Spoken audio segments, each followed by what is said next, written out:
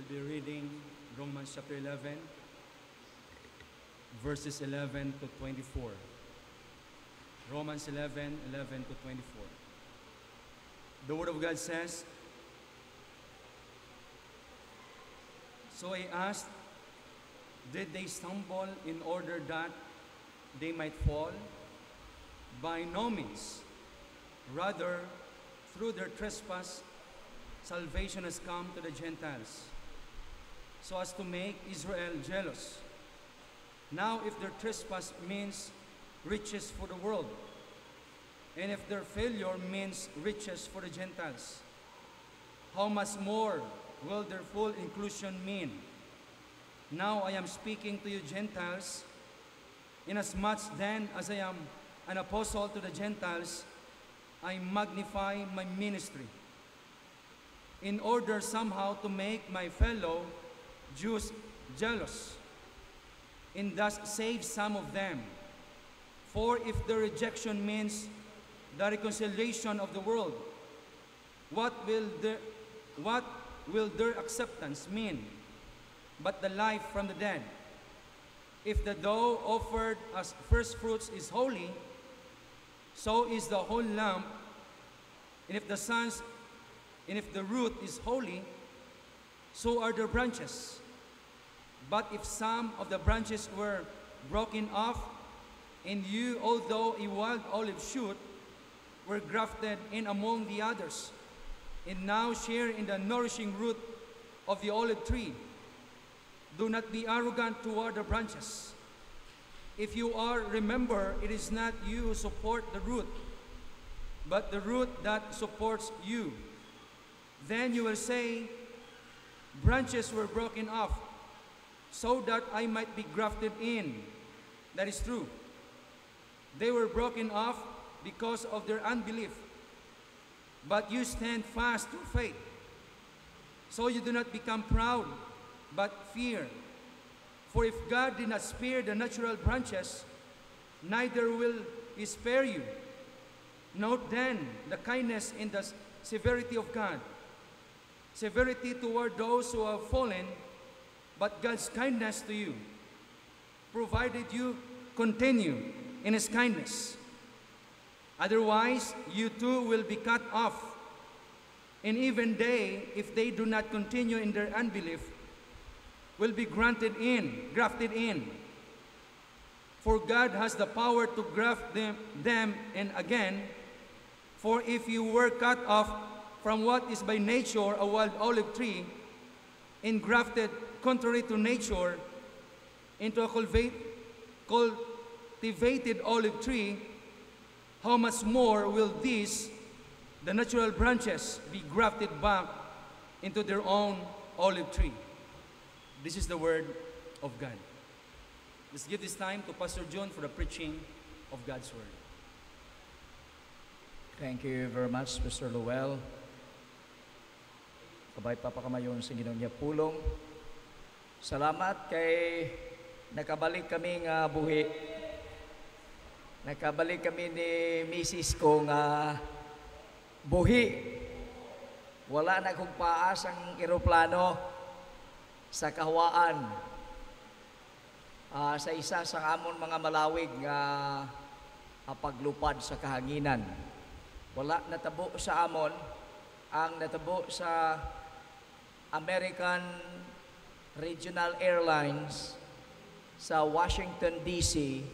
nga nag-collide sa military helicopter nga nagpatay sa 60 ka mga pasahero sa American Airline kag apat ka crew sa US military helicopter. Salamat kay nakabalik kami ni Mrs. nga wala buhin.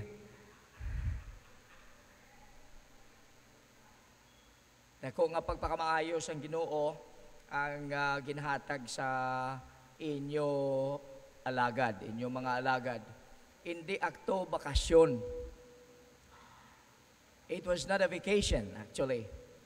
It was a 21-day adventure, missionary journey, and interstate tour. Mga pila, 7, 8 ka mga estados, states ang amon nga nalabayan ang amon nakadtuan mga kauturan nga naga-involver sang madamo nga mga experiences and exposures nga nagbulig sa amon. That trip helped us a lot spiritually. It taught us how to trust the Lord in things that we do not know what would happen because it's our first time.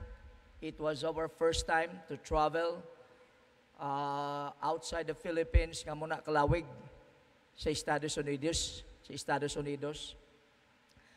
So, intudluan kami sa Ginoo magpasensya.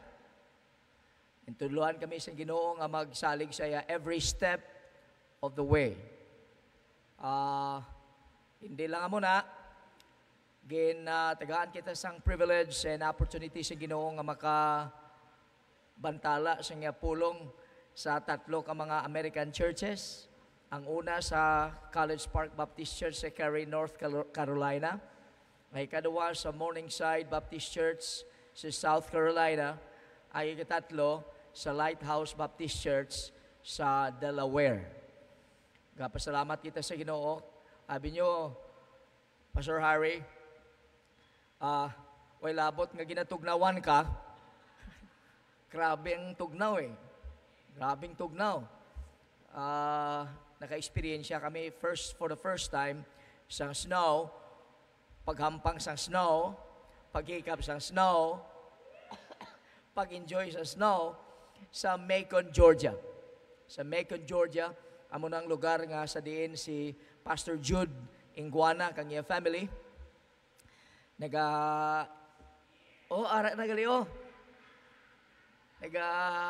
Estar, pagkatapos nagpangabudlay, amak mo na ho. So, tanawan yung tsura, kung ano nang kaklase tsura. Okay, siling nila sa Macon, Georgia, kuno, ang last nga nag-snow sang 2018 pa. 2018. So, igo lang gid nga nag-abot kami kag nag-snow liwat. So, it was really providential. So, munang family ni Pastor Jude, sa din kami nag-stay for 3 days. 3 days. Before kami nag-move pagkadto sa Greenville, South Carolina, kag dito nagtinir sa ilang nga mission house sa sulod sang 3 kadlaw, kag nag-attend sa morning. That's the picture of the Kennedy Mission House. Sa diin kami gin-accommodate, gin-check-in, ang bilog nga balay, ang amon host, Pastor Joe Henson, Christy Henson and family. So sila nag-treat sa amon. So dito naman niya sa College Park and all the way pagkadto sa Washington DC, ang amon niya nga host, amo si Pastor Matthew Walker, Becky and the family. Filipino pastor nga natao sa Texas, ang iya mga ginikanan diri sa Luzon. Pagkatapos dito siya natao, kag dito man siya nagdako, gintawag niya ako galingon Texapino. Pilipino siya nga natao kag nag-grow up sa Texas. So ngalan niya si Pastor Jared Ontoy.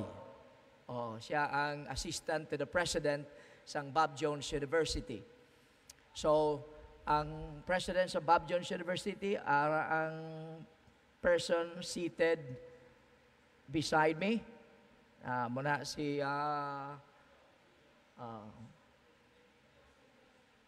Pastor Josh.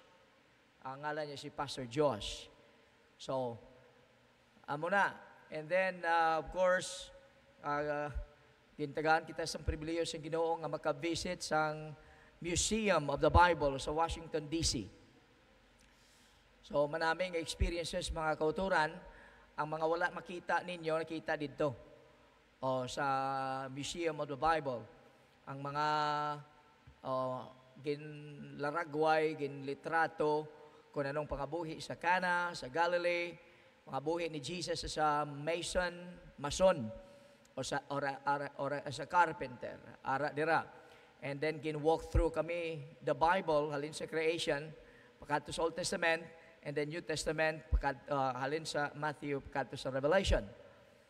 So, yan, ang experiences namon dito sa Museum of the Bible. So, muna makita dito.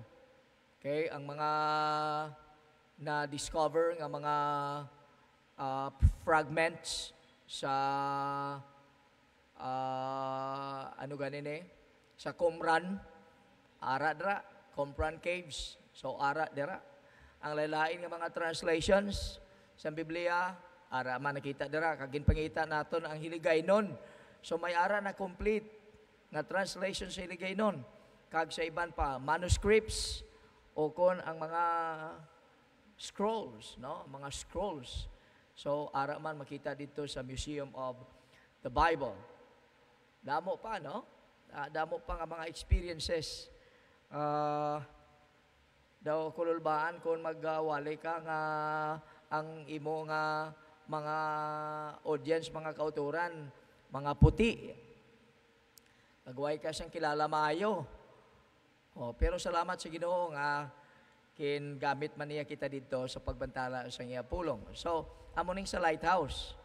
Muning sa lighthouse. Ang lain-lain ang ilang mga tipo sa mga services. Sa College Park, medyo conservative sila.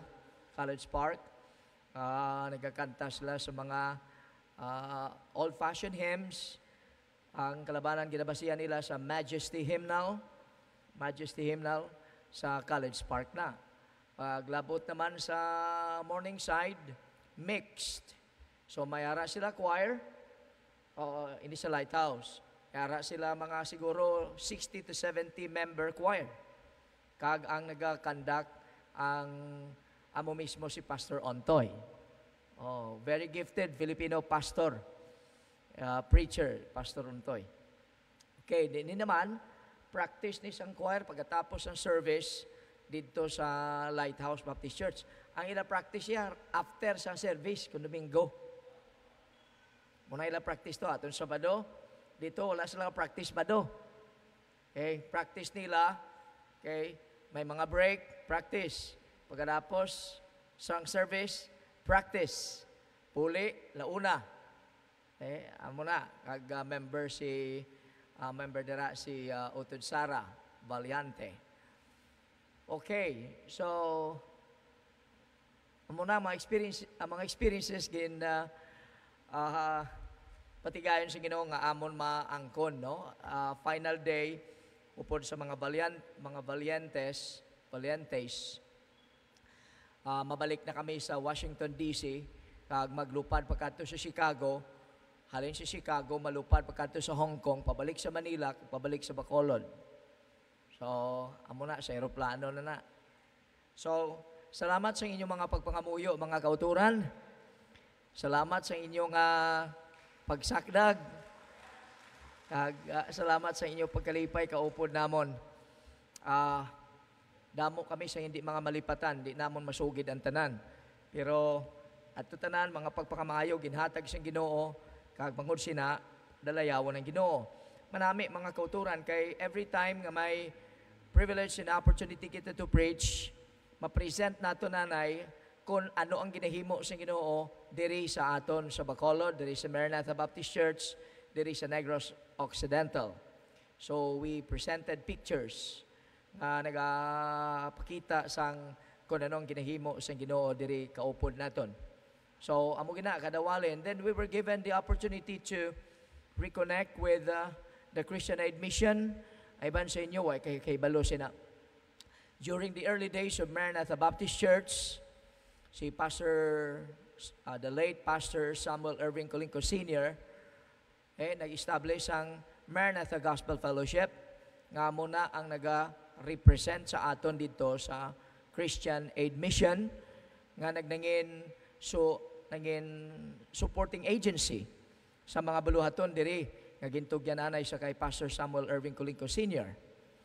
And then Brother Andy or Shin Hortiliosa, nagpatigayon sa pag-arrange nga maka-meet kita dito, maka-reconnect sa Christian Aid.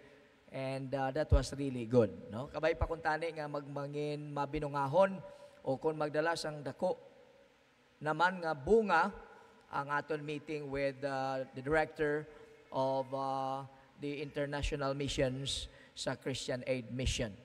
So matutal, darayawon ang Ginoo sang kadako kag sang kadamo sa mga hinimuan niya sa amon mga kabuhi ni Mrs. Ogilia. Okay. Ari na kami. Sa Pebrero 27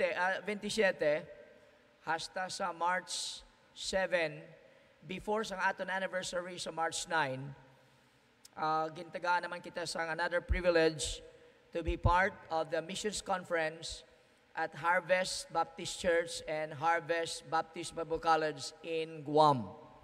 So sa Guam naman, mga kauturan, sa starting 27 of February to 7 of March, before sa aton missions conference.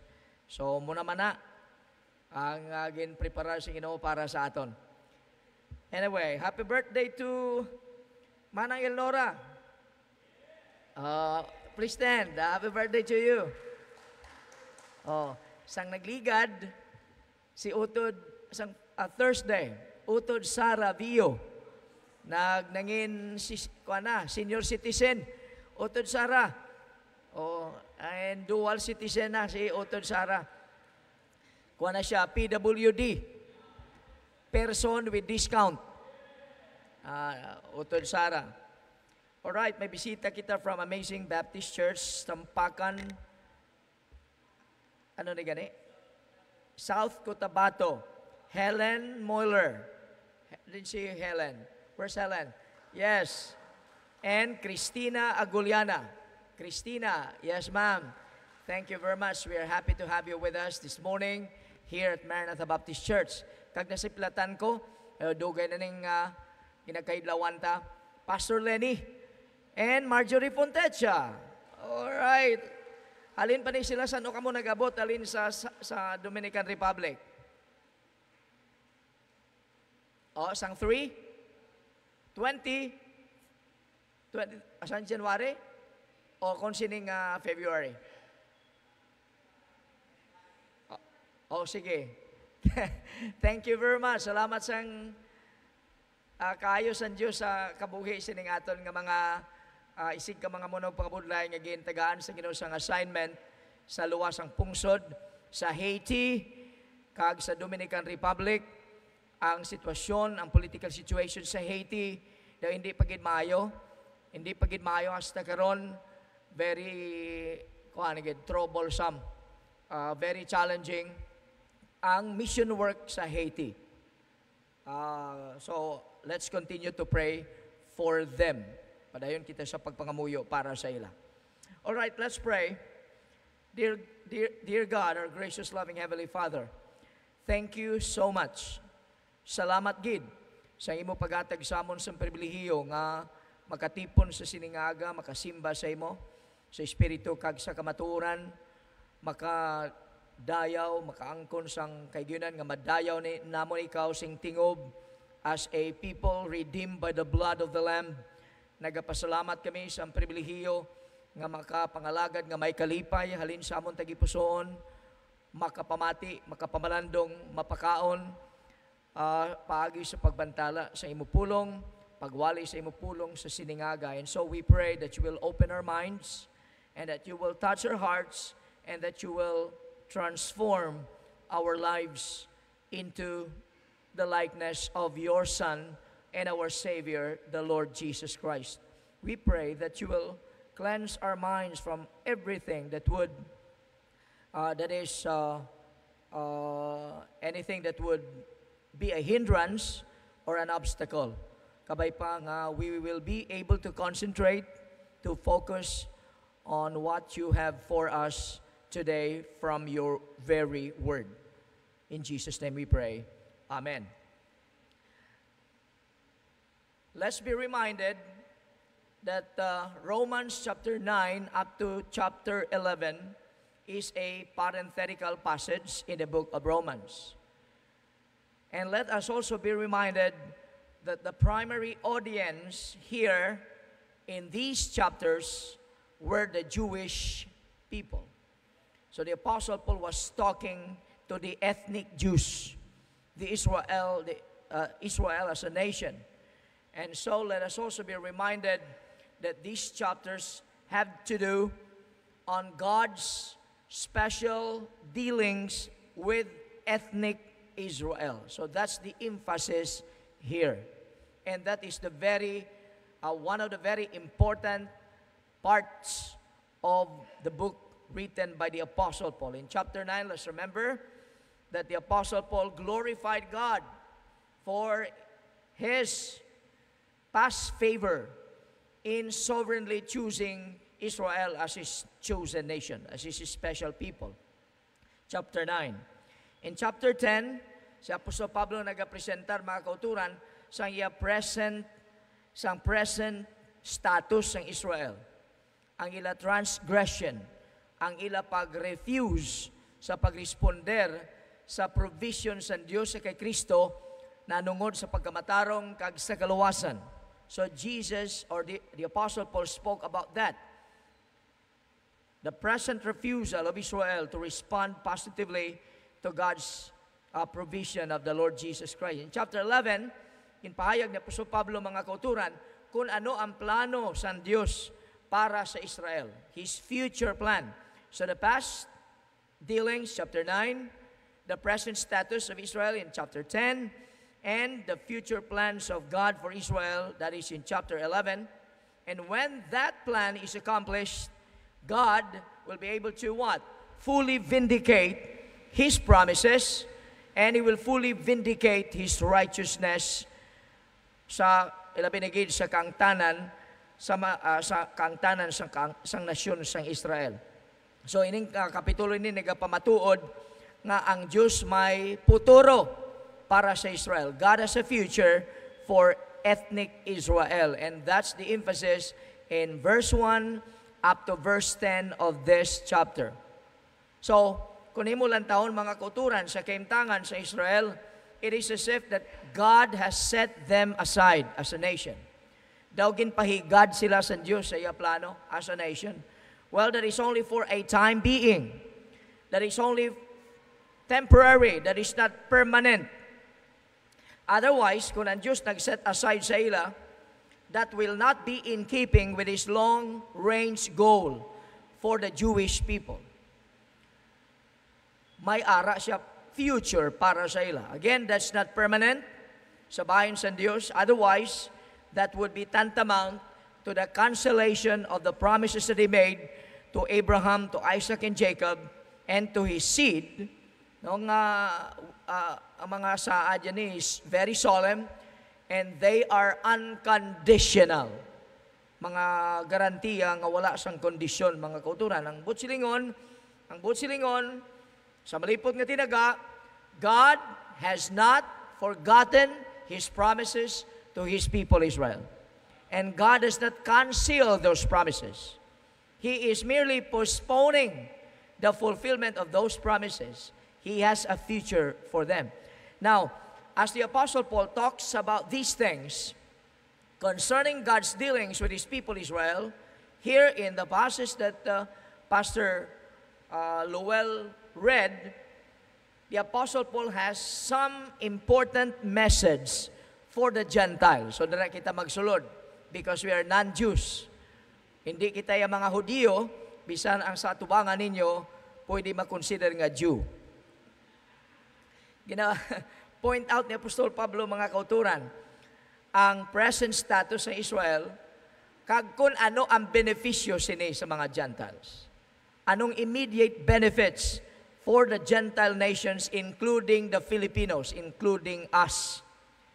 Kung nadumduman pa ninyo, ginekspresar ni Apostle Paul mga kauturan ang iya kabugatan, ang iya handom.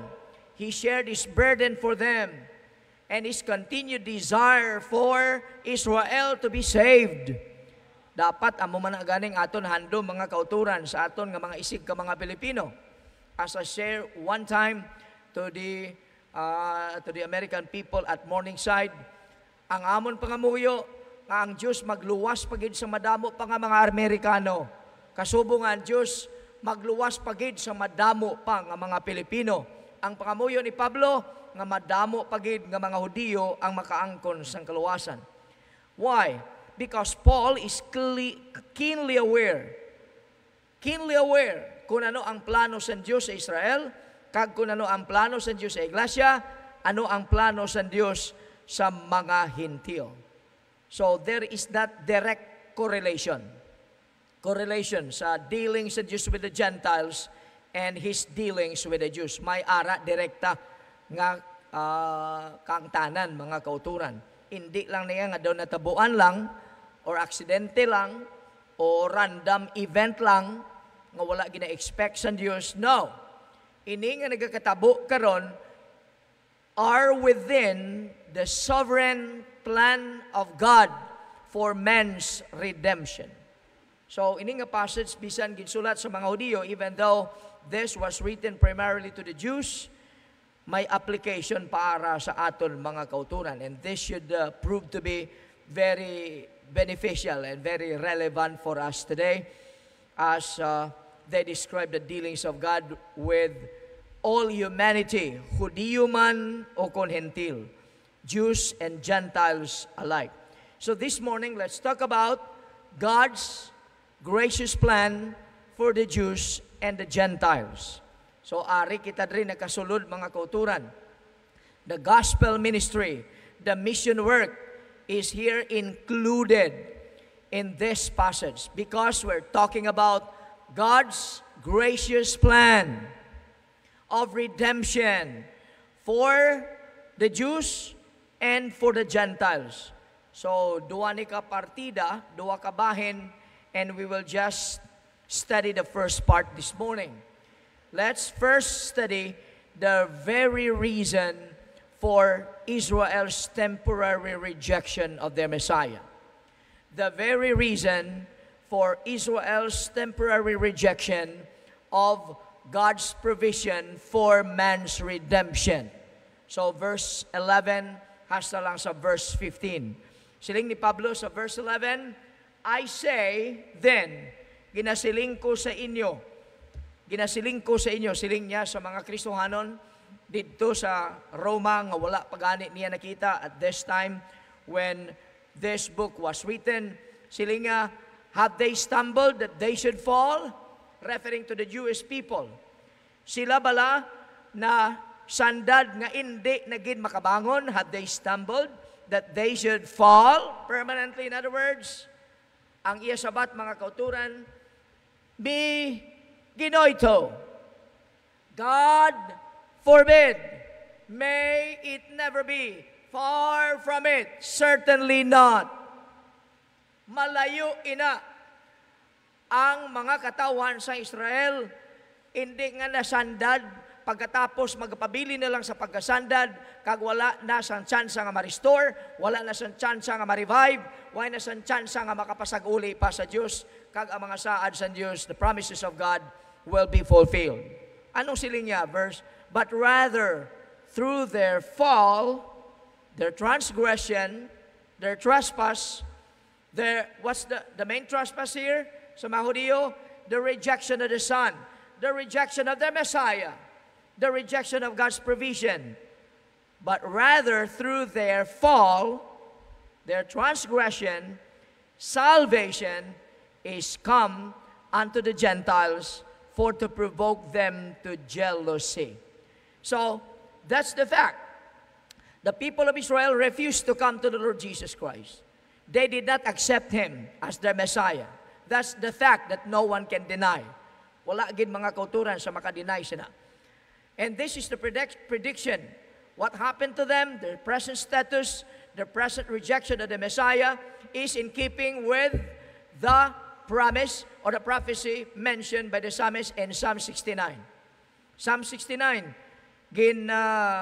saad na nga daan dira mga kauturan nga maga-stumble sila. They will transgress. They will trespass. They will be guilty of trespass. They will temporarily refuse to accept the Messiah. But the question is, does that mean that they have fallen away permanently? Ang kaulugan bala nga hindi nagid sila makasarang o kung hindi nagid sila makabangon pa. So diri sa pagpresent ni Apostol Pablo sini, iya gin differentiate ang stumbling kag falling. To stumble and to fall, there are two different things here. Okay? Israel stumbled, yes. But they would not fall. They stumbled. Kung sa Ilonggo pa, nasandad sila. Pero, wala sila napukan. In the sense of being what? Being forgotten by God completely. Or in the sense of being removed from God's plan and from God's purpose. Amunang kaulugan, nasandad lang sila, pero hindi sila magapabilin sa amuna nga estado mga kauturan. Kung nasandad ka, kung sa aton pala, kung nasandad ka, di makabangon ka pa.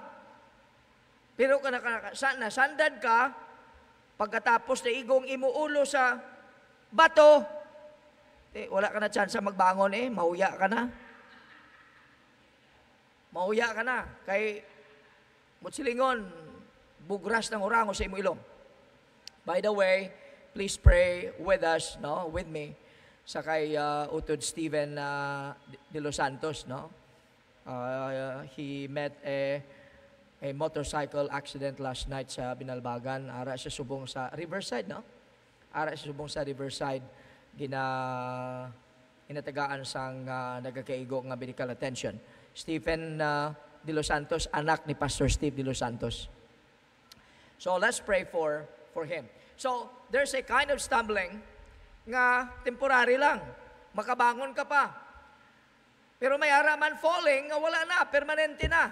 Bugras ng orango sa imo ilong. So you can recover from a stumble. But if you fall, you're down.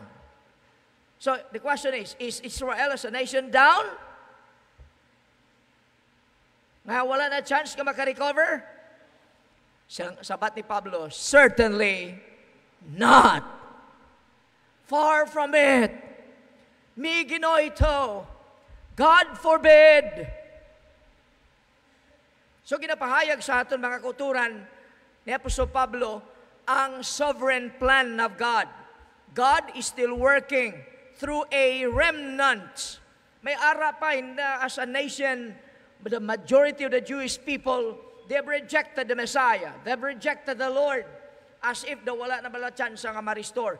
Pero may ara pa remnant, mga kauturan. May ara pa jutay. Ang Diyos, mga kauturan, huwag naga-play sa padamo-damo. Kung padamo-damo lang, patinan nyo, mas damo ang nagapakadto sa impyerno, sang sa mga nagapakadto sa langit. Kung padamo-damo lang, kung si Kristo Jesus nag-play sang numbers, then damo, patinanta sang hari sa diri, kung gusto siya mag-please ang multitude, pwede gidimoon. Alam, magpang-ayo lang siya, magpakaon lang siya, and then multitudes of people would follow him. Pero kadamo, mga kauturan sa nagasunod sa iya, that were not true believers of the Lord Jesus Christ. They were not serious in following him. In fact, atong nagsinggit, Hosanna, Hosanna. When they entered Jerusalem, madamo sila nagsinggit, crucify him, crucify him. Jutay lang gid ang nagasunod, mga kauturan, bisan subong, bisan sa mga kaiglesiyahanan sa Estados Unidos, mga dalagko, mga kauturan, ang ilang mga buildings ito, beautiful buildings. Beautiful buildings. Ang College Park, hindi man namo na tama kadako, pila ka mga members nila, pero siling ni Pastor Matt, bisan hindi lang tama kadamo, pero solido, quality. Anon mo ng quantity, triple kadamo, pero kalabanan sina upa. Ukon, di upa, lab, hang.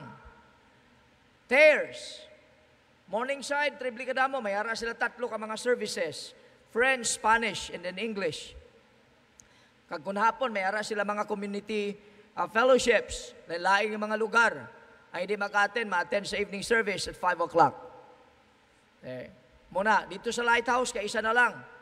Pagkatapos nga gin-atake sang COVID, duty na nagabalik kunhapon. Daw pareho man di sa aton. Ara kunaga, way nagabalik kunhapon. Epekto pa sang COVID.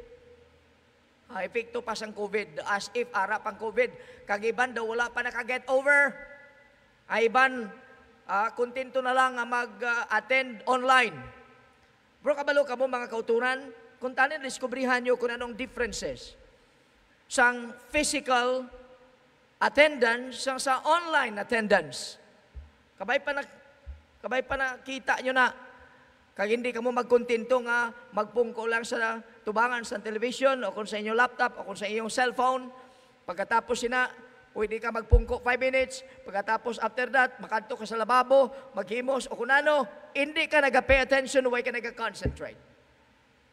Okay. So hindi ka ma-develop. Hindi ka man makadevelop sa iban. What is church for? Ano ba lang iglesia? We are here for edification. How can you be participant in the edification process if you're not there? Kung wala ka.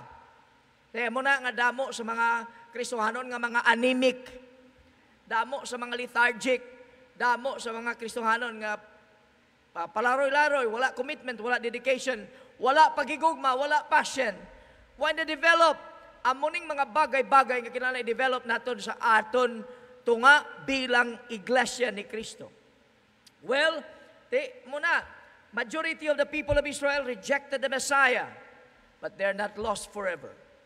God has a specific purpose to fulfill in allowing Israel to stumble. And what is that? Letter A, so that salvation would come to the Gentiles. Yay! This is good for non-Jews. This is good for us. May plano ang Diyos no matter how negative kung tanawon mo, but God has a purpose. This is in keeping with God's redemptive plan. May purpose siya. Pamaagi ini para nga ang maayong balita, the gospel of the Lord Jesus Christ, could go to the Gentiles. Amo na sila nga sa verse 11. Rather, through their fall, salvation is come unto the Gentiles, for to provoke them to envy or jealousy. Bangod, ang mga katawan sa Israel, they refused to come to the Lord Jesus Christ for salvation, for righteousness. The Lord God turned to another people. He turned to the Gentiles and opened the door. Opened the door of salvation wide for the Gentiles. So, think about this. Primarily, ang Messiah nag-abot sa nasyon sa Israel. Gin-present niyang ikagulingon to them as their Messiah. But what did the people of Israel do? They refused to receive Him. Amo nang ginasugid sa aton mga kauturan in John chapter 1 verse 11. He came unto His own, but His own received Him not. Pero ang sugpon, ara sa verse 12, but as many as receive Him, to them He gave the power to become the what? The sons of God, even to them that what? That believe in His name. Who were born to become the children of God. He gave the right to become the children of God, who were born not of blood, nor of the will of the flesh, nor of the will of man, but of God. So what lesson we can learn from here? The Lord set Israel aside, that's it. The Lord set Israel aside that He might reach out to us Gentiles. And that is good news for us. Siling mo ka negative. Daw pareho mamblas ang pandemic, negative. No matter how negative it may seem, and yet God has a plan for that. God has a purpose for it. Ang Ginoo may tinutuyo, mga kautulan. Try to note the following facts. Number 1, the refusal of the Jews becomes the way for the gospel to go to the Gentiles. Ang pag-refuse sa mga Hudiyo nangin pamaagi o palaagyan para sa maayong balita nga makalabot sa mga hintil. Abi sa mga Hudiyo, wala na. Ang plano sa Diyos, wala na. Why na chance sa mag-champion? Kay ang iya mga katawan nag-reject na sang iya provision. Wala na. No? Sa tao, wala na. Why na chance sa mag-champion? But remember, their rejection gave opportunity and more opportunity for the gospel of the Lord Jesus Christ to reach and to go to the Gentiles. And God, many Gentiles took advantage of that opportunity. Panbugalo na Mahudiyo? Ang Mahudiyo, they are a prideful people. They consider themselves as a heaven's, as a what? As heaven's special favorite. Pinakapaborito sila. Ang mga nasyon sa palibot nila, wala-wala. They despise the Gentiles. And for thousands of years, ining mga Hudiyo, mga kauturan, they had enjoyed the blessing of God. Experiencing all privileges, heritage, racial privileges, religious privileges. Kag siling nila, spiritual privileges, amon lang na. Exclusive lang na para sa amon. So, prideful people. But God, you know what? He dealt with them in ways matuod man that He did not deal with other nations and people. Kay sino ginhatag? Una, ang kasulatan sa mga Hudiyo. Sinong ginpadalaan sa mga manalagna? Hudiyo. Sinong palagyan sa Diyos para makakilala ang kalibutan? Mga Hudiyo. Wala yan na ginhimo sa iban. Wala niya ginhatag na privilege sa Amerikano, o kon sa Afrikano, o kon sa Australiano, o kon Pilipino. Di niya na ginhatag sa mga Hudiyo. And yet they stumbled at Christ. They rejected the Lord Jesus Christ, and that is why salvation was offered to the Gentiles. Way man kasiling mga kauturan, nga kung wala gin-reject sang Hudiyo ang gospel, why na chance ang maluwas sa mga hintil? That's not the meaning of that. That's not what it says. That's not the meaning. They stumbled, and so salvation was offered to the Gentiles, hoping that this will stir jealousy in their hearts. They will be envious to the point nga, oy, grabing ginahimo sa Diyos sa mahintil. Pagkatapos sina, makadangat sila sa pagtuo. They will be able to come to the saving knowledge of the Lord Jesus Christ. And jealousy sa mga Hudiyo, mga kauturan, is exemplified many times in the book of Acts. Kaina sa chapter 21. And here in chapter 22, when the Apostle Paul reached Jerusalem, he was mobbed. And he was given the opportunity to testify to the Jerusalem mob in chapter 22. Well, ara siya, then he spoke to them in the language in Aramaic and Hebrew. At first, they heard him patiently. Labinigid sa paghambal niya nga isa siya kaparisiyo. Until he told them how Jesus had said to him in verse 21, and he said unto me, chapter 22, 21 to 24, and God said to me, depart, I will send thee far hence unto the Gentiles. Pagkabati sa mga Hudiyo, mga hintil, mga kauturan, nga daan nga allergic sila sa pulo nga Gentiles. Verse 22, and they gave him audience unto this word, and then lifted up their voices and said, away with such a fellow from the earth, for it is not fit that he should live. Patay kang bata ka. Di kami gusto mamati sila.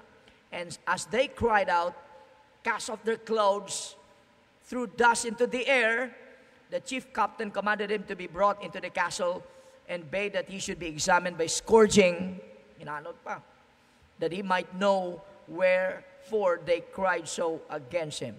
In other words, in this passage, chapter 22, makita mo kung ano ka-akig, ano ang kainit the Jews were enraged to think that the Gentiles should have even that which they themselves despised. Anong kin-despise sila? The gospel of Jesus Christ. Jesus Himself. They were bitterly jealous.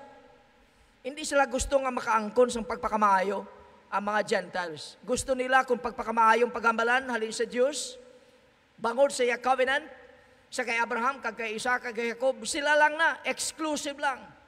Hindi sila gusto nga may makaambit pang iban. Kung kay isa daw mo ng attitude ta. Kung pagpakamaayo halin sa Diyos, gusto ta, kita lang makabaton. Hindi ta gusto nga makabaton na iban. Gusto ko, hindi. Kung makabaton sila pagpakamaayo, lain ng malatsagon, we resent.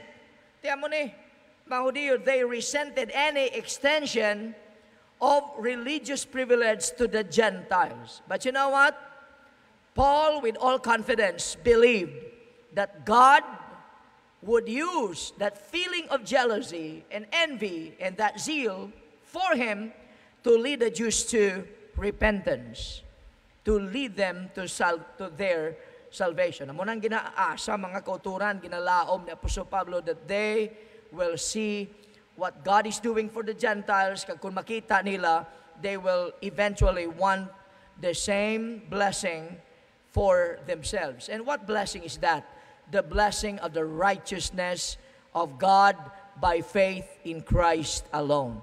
The blessing of salvation by grace through faith in Christ alone.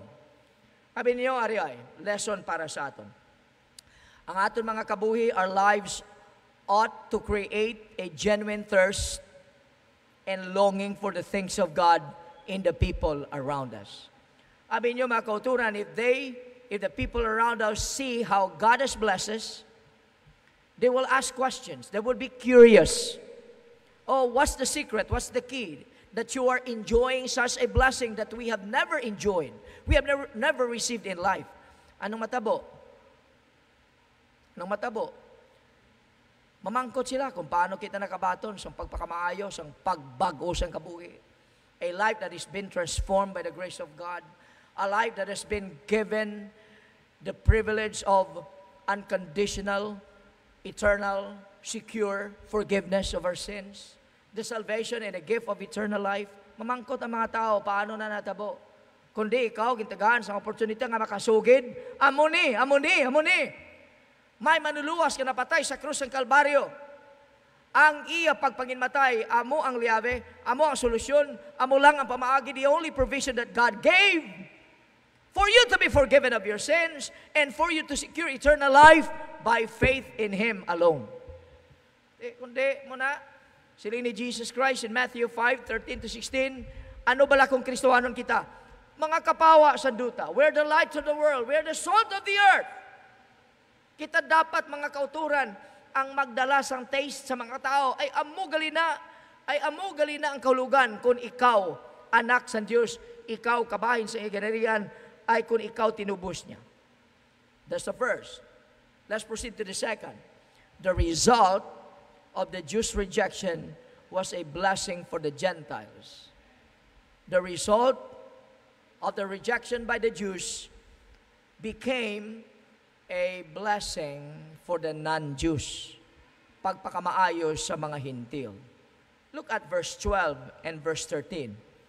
Verse 12.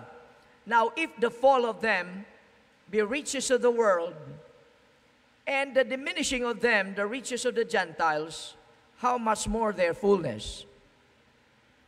Say sa verse 15, for I speak to you Gentiles.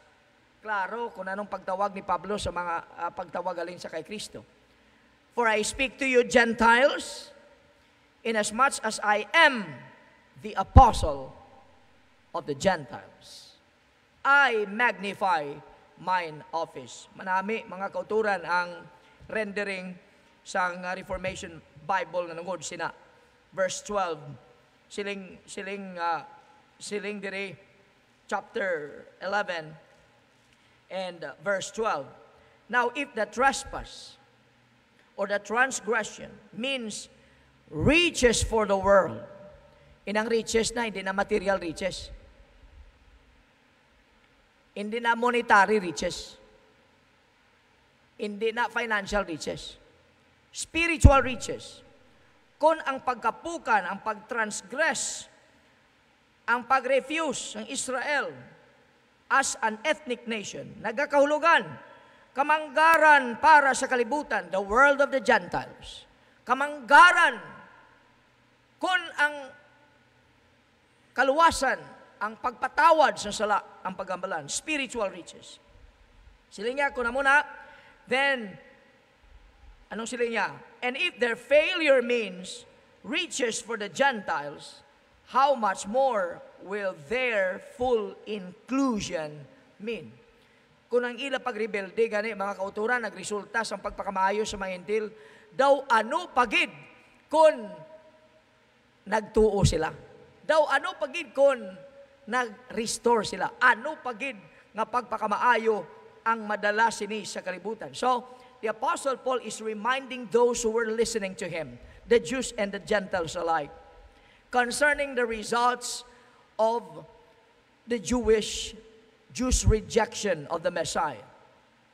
Ang pagpakamaayo nga halin sa Dios, ang kaluwasan nga ginatan-ay paagi kay Kristo, makilala nila nga hindi lamang para sa Israel, kundi para sa mga hindi man taga-Israel. Hindi lang para sa mga Hudiyo, kundi para sa mga Hintil man. Therefore, the rejection of Christ, in fact, resulted in the blessing of God being poured out on Gentile believers. Ang kalipay nga naangkon nila, tungod kay napatawad ang ila sala, wala naangkon sa mga Hudiyo, nga wala naginulsol, wala nag-angkon, nagbaton sa kay Kristo Jesus as their Messiah. And so, Christ said that come in vain. His sacrifice on the cross was not annulled because ang mga Hudiyo wala nagbaton sa kay Jesus Christ. In fact, God was determined to bless them, those who embraced Jesus Christ as Jesus is the Christ. And if the Gentiles were willing to receive Christ by faith, then they would be the recipients of God's abundant blessings. So, deklarasyon ni Apostol Pablo, mga kuturan sa nagapamati. Okay? Amo ini ang kamatuoran. Kung ang mga Hudiyo nag-reject sa kay Jesus Christ, nakita sa mga Hudiyo kung paano naglabot ang mayong balita sa mga Hintil, kag ang mga Hintil nag-embrace sa kay Kristo, kag nakaangkon sa lasang pagpakamaayong wala nila nabaton, makasiling ang mga Hudiyo nga ang amon man gin-reject ang pagpakamaayo halin kay Kristo man. Sila gani, hindi sila ya amo ang una nga gin kadtuan sang Misaya, kundi kami. Pero sila nga mga layo, ato sa guwa, hindi katapos ang Commonwealth of Israel, they were far away from the covenant that God has made with our forefathers Abraham and Isaac and Jacob. Nga sila pa ang nakaangkon sang pagpakamaayo. Kami iyang alapit, wala nakaangkon sang pagpakamaayo. Ay, diin ang sayop. Ay, anong problema ta? Ay, ang problema ta gali, amo ni, we trespassed. We transgressed. We rejected the Messiah. We refused to believe. So, anong himuon sa mga Hudiyo? Ang ginimo sa mga Hintil, ilugon nila. Ila batunon man si Jesus. Ila i-embrace si Jesus. Nga ila man manluluwas Misaya ka Ginoo. Bangon sila ni Apostol Pablo, I magnify my calling. I am a what? An apostle of the Gentiles. I am, kung sa aton pa, proud to promote my calling among men. Hindi ko mahuya nga gintawag ko nga pinadala nga may espesyal nga mensahe sa mambalita para sa mga Hintil. Hindi ko mahuya. Abi nyo, ang lesson para sa aton, anong calling sa Diyos sa aton? Mangin saksi ni Kristo. Ang calling sa aton sa Diyos, mangin ambassador niya. And we should never be ashamed of God's call on our lives. We should never be ashamed of the work we are engaged in for the sake of the Lord Jesus Christ, regardless kung ang kalibutan mabaton man o kung hindi. Batunon man nila, o kung hindi, di ka mahuya. Ang Diyos man na nagabago, ang Diyos man na nagaliso, ang Diyos man na nagapangikot, hindi man ikaw. Ang dapat maubrahon mo lang, magmangin matutom ka lang sa imo witness. Magmangin passionate ka lang sa imo calling. Amo na ang wala sa aton kung kaysa. We are not serious. We are not committed. We are not passionate when it comes to our calling. Siling na Apostol Pablo, I would like to magnify my office. What is his office? Apostle of the Gentiles. What is your calling? Are you somehow unashamed? Not embarrassed with that calling? Oy, tiging kadlawan ka. Okay lang. Kadlawan. Gin-reject nila. Okay lang. Total, way ka man huya. Kay kun para kay Kristo, dapat wala gin man kita huya. Can you say amen? If it pertains to God and our loyalty to the Lord Jesus Christ, you should be shameless. Pero kung sa sala, dapat mahuya ka. Pero sa kay Kristo, dapat di ka mahuya. Katapusan, the revival of the world will surely come. Not just the restoration, the revival of the Jews, but also the restoration, the revival of the Gentiles. All humanity. Look at verse 15. If by any means I may provoke to emulation them which are my flesh, pariyo ko nga mga Hudiyo, and might save some of them. In other words, siling na Apostol Pablo, okay, I magnify my ministry in order somehow, sa anuman nga pamaagi that is available to make my fellow Jews, okay, them which are my flesh, Hudiyo, pariyo ko, to make them envious or jealous. And as a consequence, thus save some of them, might save some of them. Ari balay, isa ka-example sila mga kauturan. Sa pamilya, sa aton kung isa panimalay, may mga kabataan ka nga obedient, very respectful. Kagamuning mga obedient and very respectful and courteous, mga mapisan, diligent children. Ang iba niya tamaran. Mayo man makabulig, mayo man hindi. Kaya isang ila kalabanan siya nga chimpo, ara lang sa ilang nga gadget. So, gahatag ka sang reinforcement. Gahatag ka reward. Apply ka reward system. Gahatag ka sang padya sa mga mapisan. Anong purpose na? Ay isa sa mga purpose, kabalo ka mo? Para nga makamarasmas ang mga tamaran. So that they will be made jealous. Sila iya may ara, may bago sila, ako wala. Kay tamaran ka mo. Tanong mo silingon, ma-jealous ka. Tinang imo jealousy, magatulod sa imo nga magpisan man. Are you listening? Do you understand, my brother? So they experienced the blessing because of their trust and because of their faith.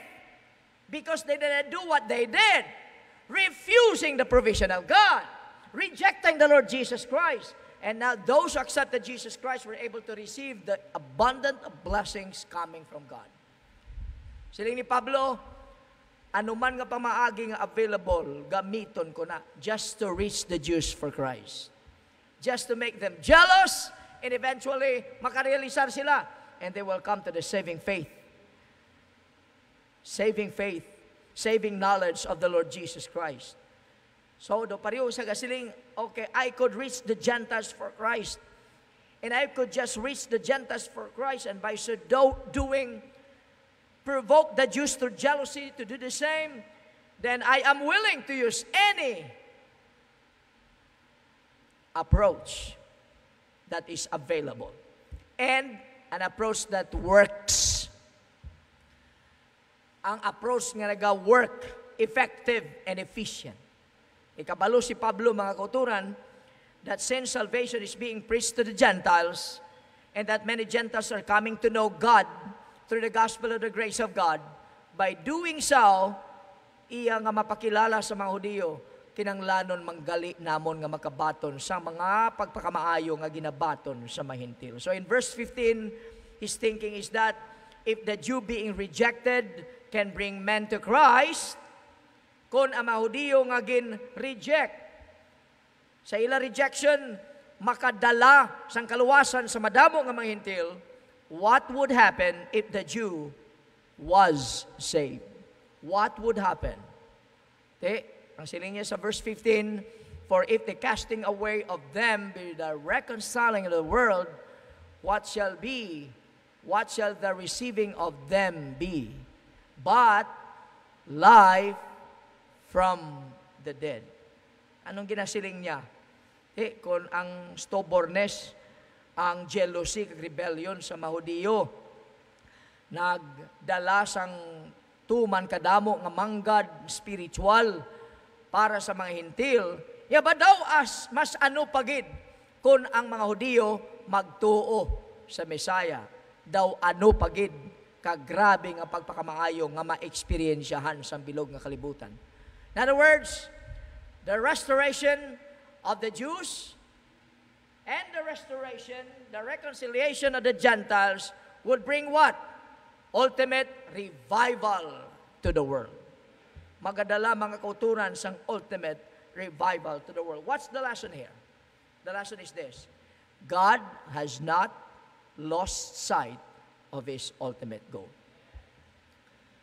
Men may count it, oh, God is sleeping, or God is doing nothing. But remember this, Semper Fidelis, God is always faithful. He will never ever forget His promises. He will always fulfill what He has promised. God has not lost sight of His ultimate goal. Kung ang restoration, reconciliation sa mga Hudiyo ang pagkamalan, kag ang revival sa bilog nga kalibutan, mga kauturan, hindi lang mga Hudiyo, kundi mga hintil man, tanan, gingamit sa Diyos, including the rejection, the refusal of the Jews, nagdala sang tuman kadako nga pagpakamaayo sa bagay nga nakamarasma sa madamo, nakakilala kay Kristo na kaangkon sang kaluwasan, siling ni Isaiah, na Isaiah 11:9, prophecy niya, in that day, the earth shall be full of the knowledge of the Lord. Wala pa. It should be there, no? The earth shall be full of the knowledge of the Lord as what? As the waters cover the sea. What is that? That's universal restoration. That's universal reconciliation. That's universal salvation. Kagpati ninyo, kung ano ang relation sang rejection sa mga Hudiyo, sa reconciliation sa mga Gentiles, kag sang revival sa bilog ng kalibutan. Numbot silingon, our lesson this morning is this: a restored Jew, a saved Jew, a transformed Jew, ining anay nag-reject, would be a what? Powerful force for the glory of God. When the world would see the glory of the Lord. Saan na matabo? Kung ma-restore ang mga Hudiyo, ma-reconcile ang kalibutan, ang mahintil, revival sa bilog ng kalibutan. Rejection of the Jews, temporary, they will be restored.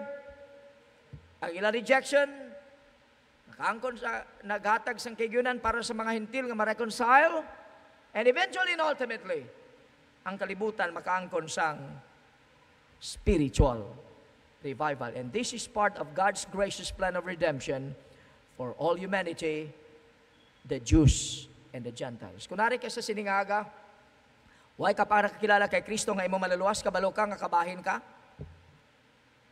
Rason, ang rason nga buhi ka pa, Hasta karon, ang rason nga ari kasubong para ipakilala sa imo nga kinanglanon mo si Kristo para sa kaluwasan sang imo kalag. Wala na sang iban, pareho mga Hudiyo, lain na gila pagkilala, kinanglan Hudiyo ka, kinanglan magtuman ka sang kasuguan. Siling ni Apostol Pablo, there's only one way to receive that righteousness, the righteousness that is what? Accepted before God, the righteousness of Christ, ang pagsalig kay Kristo Jesus lamang. Sa siningaga, hinulsuling imo mga sala, saligi si Kristo nga imo maluluwas. Magaduko kita ka magapangamuyo. Amay namon nga Diyos, nagapasalamat gid kami sa siningaga. Nagapasalamat kami nga makaangkon sang overview sang imo nga redemption plan. Nga bisan pa ang transgression sang imo mga katawan, the trespass of your people Israel, their stumbling, the rejection of Christ and your provision, nagresulta sang paglaganap sa mayong balita kag sang kaluwasan sa madamo nga mga kabuhi sang mga non-Jews o kung mga hintil sa bagay nga nakalabot man inigani sa amon. And later, magadala sang restoration sa mga Hudiyo mismo kag nagapangamuyo kami Ginoo nga ina matabo gid sa palaabuton, matabo gid sa near future kag magdala sa madamo nga mga ebidensya, pruweba sang reconciliation sang madamo nga mga makasasala sa imo kag makadala sang spiritual revival sa bilog nga kalibutan. Base may ari sa amon to nga wala pa naka-experience sang reconciliation, restoration sang ila broken relationship sa imo. Kabay pa nga sa siningaga, ila kilalahon nga sila makasasala. Hinulsula ng ila mga sala kag saligan si Kristo lamang bilang ila personal kag bugtong nga maluluwas ang ila mga kabuhi. Samtang nagaduko kamo base may ara sa aton nga nagasiling, Pastor June, please pray for me. Ginakilala ko nga ako isa ka makasasala, hindi makasarang magluwas ang akon kaugalingon. Si Kristo lang gali. He is the only provision that God gave and God has made para sa akon kaluwasan sang akon kalag, kapatawaran sang akon mga sala. Subong, nagainulsul ako sa akon mga sala, ginasaligan ko si Kristo ang akon maluluwas. Base may ari sa aton tunga. Pwede ka magtaas sa imong kamot, o pwede ka magkari, o kung gusto nimo pagkatapos kinaangkon na nimo si Kristo nga imong maluluwas, pwede ka magsunod sa isa tubig sa tugmaw. Ay pakilala sa bilog nga kalibutan that you are now a true follower of the Lord Jesus Christ. Base may ari. Amay namon nga Diyos, nagapasalamat kami sa imo pagpakigambal sa amon. Salamat sa balang Espiritu nga nagpanghikot sa amon mga tagipusoon. Salamat sa imo pulong nga nawali sa amon tunga. Sa imo ginabalik namon ang kadayawan kag himaya. For in Jesus' name we pray.